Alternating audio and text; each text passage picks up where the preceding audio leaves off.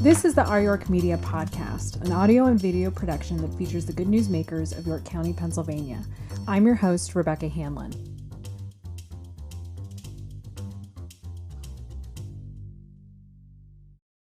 Sitting down today with Forrest Yingling of On My Grind Coffee. Thanks for being here today. Thanks for having me. So before we get into our conversation, we do want to thank our sponsor. Today's episode is sponsored by York College of Pennsylvania. York College of Pennsylvania is a private college of more than 4,000 students, where from day one, students are given opportunities to grow through project-based learning and connect with the York community so they can have an impact long before graduation. We appreciate York College's support of this program and their commitment to making York a better place. Learn more at ycp.edu. So, Forrest, are you originally from this area? Yeah, I grew up in York until I was like 5 years old, and then grew up the rest of my childhood in Southern York County in Glen Rock. Okay. So I graduated from Susquehannock High School in 99, and then I graduated from York College in 2004. Okay. So yeah, I've been here for most of my life. I did move away to Washington, D.C. in that area for like 7 years. Okay. Before I ended up back here. What brought you back? Pretty much like to be around family. That was right around the time my daughter was going to be born. And it was also the time that the economy crashed and we were in the recession. And my job situation down there kind of got messed up. So Okay. just ended up back here. Timing like a lot of people do. Right? Yes. So what did you end up going to school for? I majored in mass communication and minored in music industry. Okay. While I was in college, I worked at two different coffee shops. I don't know if you remember Sparky and Clark's, but I worked there. The one on George Street. Is that on George Street? I was going to say, yeah. Yeah, and then I also worked at the campus coffee shop. Okay. So that's where sort of my background in coffee started. But yeah, after college, I ended up getting a job at XM Radio in D.C. and moved down there, worked there for like 6 years, and then during the recession, they merged with Sirius, and everything got kind of messed up. So, but yeah, my background is in like marketing, writing, promotion, stuff like that. So how did you fall into the coffee truck business? So that was like, I mean, I've always had that sort of entrepreneurial spirit and drive, but just never quite like got there. And as a family, we go to like a lot of different events and stuff, and there was never any coffee there. We always wanted coffee. And then one time we were at Artscape in Baltimore, and there was a coffee truck there, and that sort of like planted the seed, I guess. And then I think one time we were also in Lancaster, and there was like I'm not sure if it's still there, but in I forget the name of the park. There was the like Airstream trailer. Yes, that turned into Passenger Coffee. Right. Yeah, so we saw that, and I was like, wow, this is really cool. You know what I mean? And yeah, I just started planning. I was actually working at Fox 43 when I started planning it, so I was a news producer there for like I guess 3 or 4 years. And yeah, just like rolled with it. What pushed you to make the jump? So, you know, if you had this background in communications and marketing and that sort of thing, what made you make the jump to get a truck and kind of do your own thing?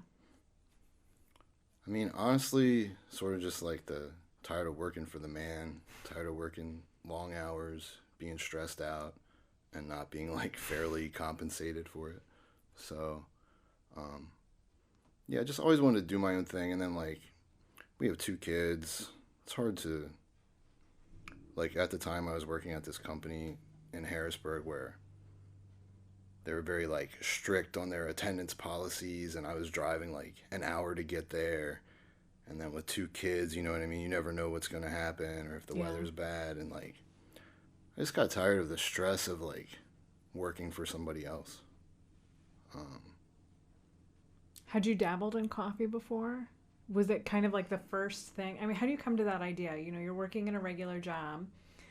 did you stumble upon like a truck that was available, or how did it kind of present itself to you as a I don't know. business? Yeah, I just sort of like came up with the idea and then just like fleshed it out and just like worked with people. I mean, like when I first had the idea, I wanted to just like cash in my 401k, sell, you know what I mean? Just like dive into it, just do it. And some of my friends were like, yeah, you might want to just like plan it out a little bit and stuff. So yeah, I just sort of like worked on it, and then I worked with Score, and after starting to meet with them, and they sort of were like, yeah, like we think this is a good idea too. That sort of like validated it and made it seem feasible. Yeah. And I mean, there are definitely a lot of hurdles to jump and a lot of challenges and stuff, but So how long have you been doing that now?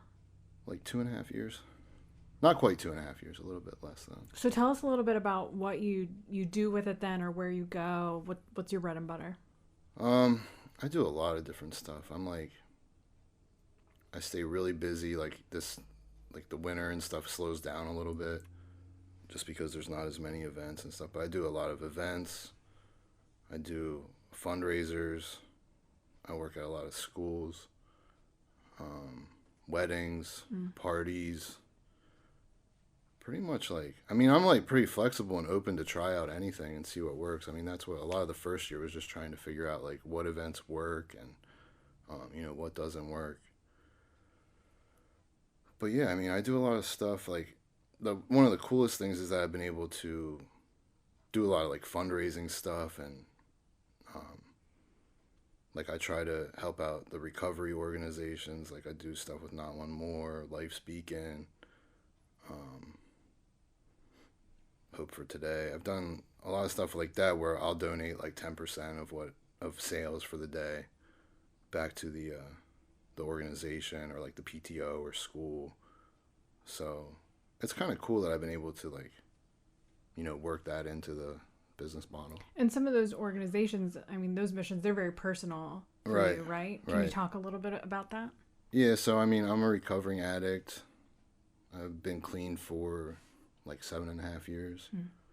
So yeah, all that stuff is like near and dear to my heart, and I know a lot of the people that are involved with that stuff, and it's just cool to be able to like go from using addict, who's kind of like a detriment to society, to like now being able to like give back. Why is that so important to you? Because I know you've been very open about that. I mean, you've been interviewed for different things where you've talked about that experience. Why are you so open about it? Why have you decided that that's something that you are willing to do? I think like the primary reason for that is to just end the stigma that is, surrounds addiction and people who are addicts, that they're bad people, or like we have a saying in like recovery, like we're not bad people getting good, we're sick people getting better. And yeah, it's just like,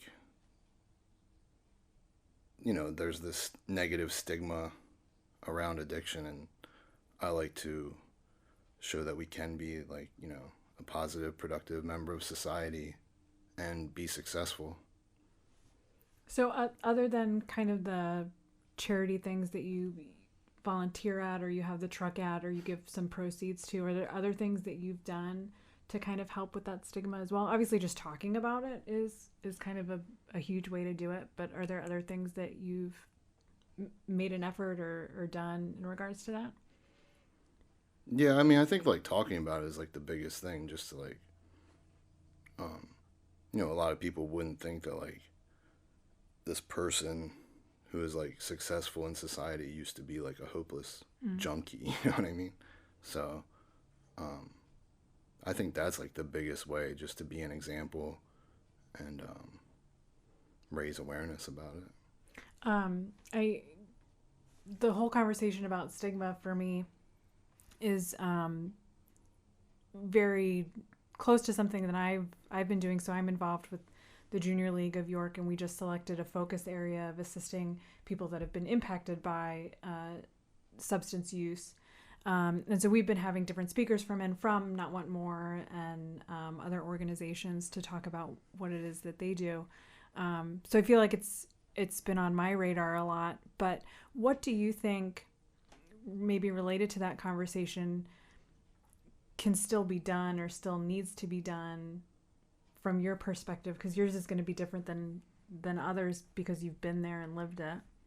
Right. I mean, wow, it can be really frustrating reading like social media comments and just that. I mean, there's just a lot of like ignorance out there surrounding the topic, especially now when we're in this like, epidemic and people are dying left and right. And I don't know.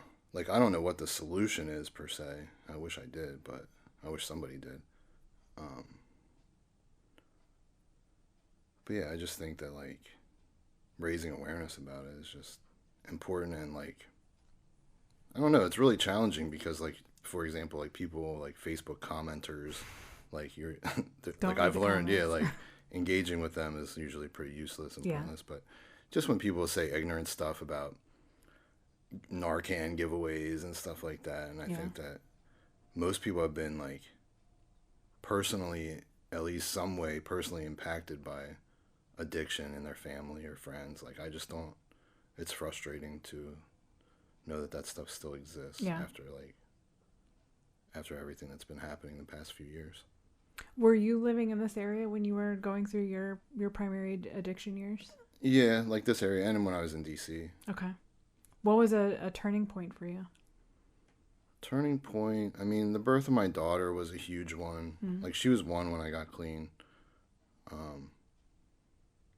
And just, like, burning every bridge, financially in ruin, like, health in ruin, just a lot of, like, just, like, bankrupt in, like, pretty much every area that you can be bankrupt in. And, yeah, I don't know. For whatever reason, I just hit the bottom, like my bottom, and went to treatment and actually like applied what they taught me to my life. And like, I'm very involved in like 12-step fellowship. I guess like technically I'm not supposed to really like break my anonymity or promote that or whatever, but it's kind of a gray area. But yeah, like that's been the answer for me. I mean, I know other people have other ways of getting clean and staying clean, but like, I really owe it all to that fellowship. Like, I wouldn't be here without that. So, how does that drive you in what you do, even just on a daily basis of getting up and going through your day? What you've been through with that? I don't know. Like, once you, like, for me, like, if I'm able to overcome that, and I mean, like then I can do anything, you know what I mean? That's the same thing I try to say to like people who are new to recovery or still using, is like, if I can get clean and stay clean and like make something of myself, then anybody can. Yeah. So the business, then, you started that after you went through your recovery process, right? Right. How did that kind of spur fresh start for you, or new beginnings? Do you consider it kind of part of that journey? Yeah, for sure. I mean, like I said, like I always had like entrepreneurial drive, but when I was like using and in active addiction, that was not really an option for me. You know what I mean? Like, all of my energy went towards finding ways and means to get high. So it was like a lost dream that awoken, you know what I mean, when I got clean and stuff, just that I can actually like do what I want. Like, I'm no longer held back by my addiction. And I mean, like, that's like a daily, like, I know that it's, and I've seen it, that it's possible to, go back, like fall back into addiction. So like, I mean, I tried to do everything I can to not allow that to happen in my life. Like, there's just certain things that I have to do, but I'm not sure if I answered your question. I forget what, That's good. what it was. For you, when you finally made that jump into being an entrepreneur and, having the truck and going out and doing it, you've been doing it for a little more than 2 years now. What have you learned along the way in trial and error of being a business owner? Wow, it's a lot harder than it sounds when you first come up with the idea. Like, there's so much that I didn't anticipate. Luckily, like working with SCORE, I produced a pretty solid business plan that prepared me for a lot of stuff. But like, I mean, it sounds really easy to say I'm going to start a food truck or I'm going to start a coffee truck, but it's like, I didn't realize all of the like, I mean, like my background is in like the marketing and stuff like that. Like I have a pretty good grasp on that. But like the accounting aspect and the financial aspect, not really my strong point. Then like as far as the actual truck goes, there's like the electrical, plumbing, mechanical, like all of that stuff. Like it's been sort of just learning as I go. And luckily, like I know a lot of people that like have helped me out and continue to help me out with that stuff. And a lot of them like I met through the recovery process, which is another like really cool thing that's happened because of it. Like when I first got clean, my financial situation was like crazy, just like so in debt to like anything you can be in debt to. Like I owed the IRS a ton of money, massive like credit card debt and stuff like that. But you know, through the recovery journey, I met an accountant and like he gave me advice and I followed it, and like that's been huge. That's cool. And yeah, like I know a mechanic through recovery and just like electricians through recovery. So like that's a really cool aspect of it, is because like everybody sort of helps each other out. Yeah. And I know a bunch of business owners in recovery, so like that's helped me with that too. Built your own little support community and other ways Right, through that. right. Yeah. Have you had a moment in your 2.5 years or so yet where you felt like you've gotten where you want to be as a business, that you've looked back on that and been like, oh yeah, this was a really good idea? Yeah, I mean, I'm starting to feel that now. Like, it's definitely taken a little while. And there's definitely, like, moments where everything's going wrong, or it seems like everything's going wrong. I'm like, why did I do this? But, yeah, just, like, the freedom that I have. Yeah. Like, I pretty much, like, make my own schedule. And I mean, I stay really, really busy a lot of times, which is cool, but like right now I still have a small business loan that I'm paying off, so I know like once that's paid off, I mean, I'm sure like something else will come up because that's just the way it is, but like I have like 2.5 years, I guess, left on that. So 40's looking pretty good in that aspect. But yeah, there's definitely been a lot of challenges, but like I'm lucky that I have such an awesome support group, you know, that's helped me through it and stuff. Like, what do you envision the business being? I don't know, like sometimes I think about expanding and, you know, adding trucks or adding like a different truck, or there's a lot of different like ideas that I have, but a lot of them like involve hiring staff, which I'm trying to stay away from. Like I do everything by myself. Yeah. Like occasionally my significant other will help like at bigger events and stuff.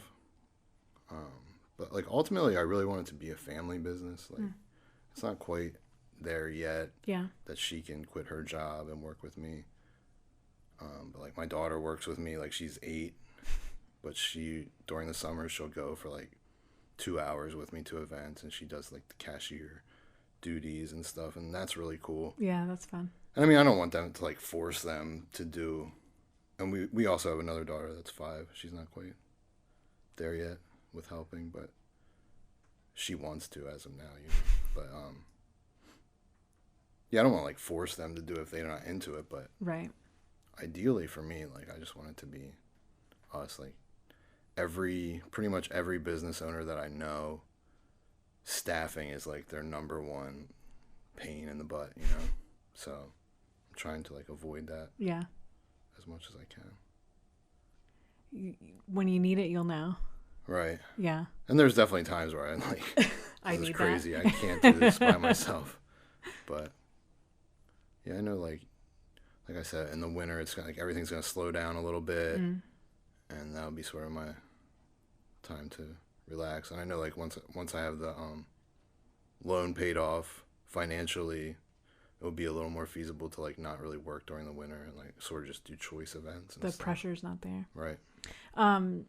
Why do it as a truck as opposed to, a more traditional coffee setup, brick and mortar? Like the main reason for that is to be able to go where crowds of people are rather than expect people to come to you or come to me.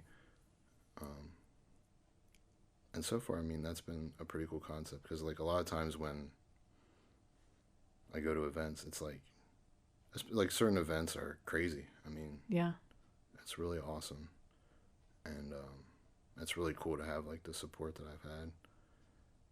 And yeah, I think that's like the biggest challenge with a brick and mortar, especially. And like there's really like, knock on wood, like not a lot of coffee truck competition out there. Sure, yeah. So you can kind of own that category. Yeah, for now. I mean, there's a few like, but none in this immediate area, and they sort of have like, it seems like the ones that do exist sort of have like a different focus. Like one's more like catering based, one's more like fairs and carnivals and stuff like that. So. Gotcha.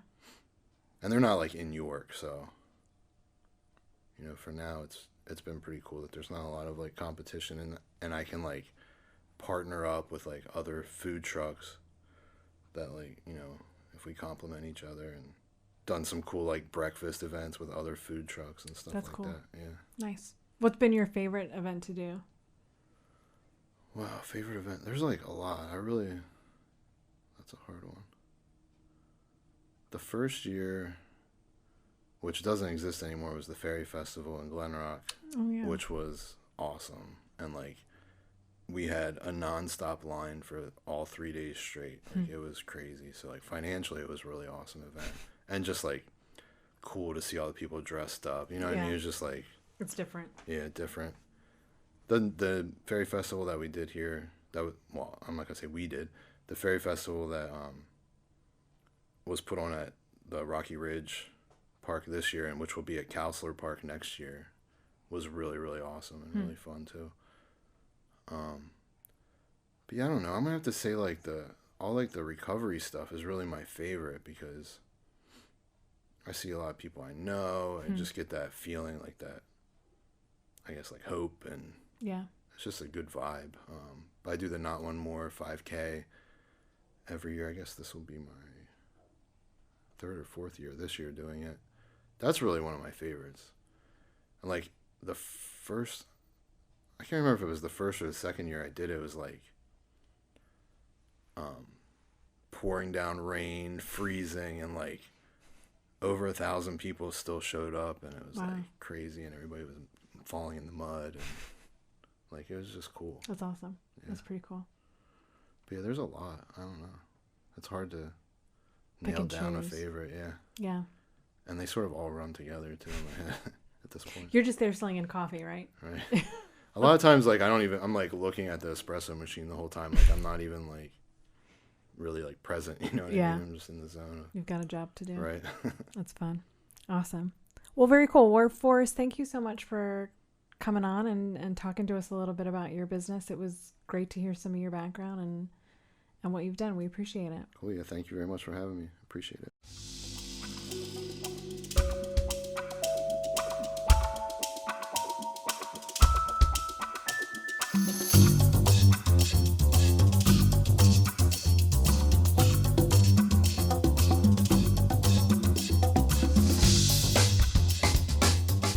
Thanks so much for listening. For more information on Our York Media and our Good News Initiative, you can visit ouryorkmedia.com. We appreciate your attention and give bonus points for those who subscribe. We want to thank York College of Pennsylvania for sponsoring this episode. The Our York Media podcast is produced by Will Hanlon and Ken Brueggemann. I'm Rebecca Hanlon. Thanks so much for listening.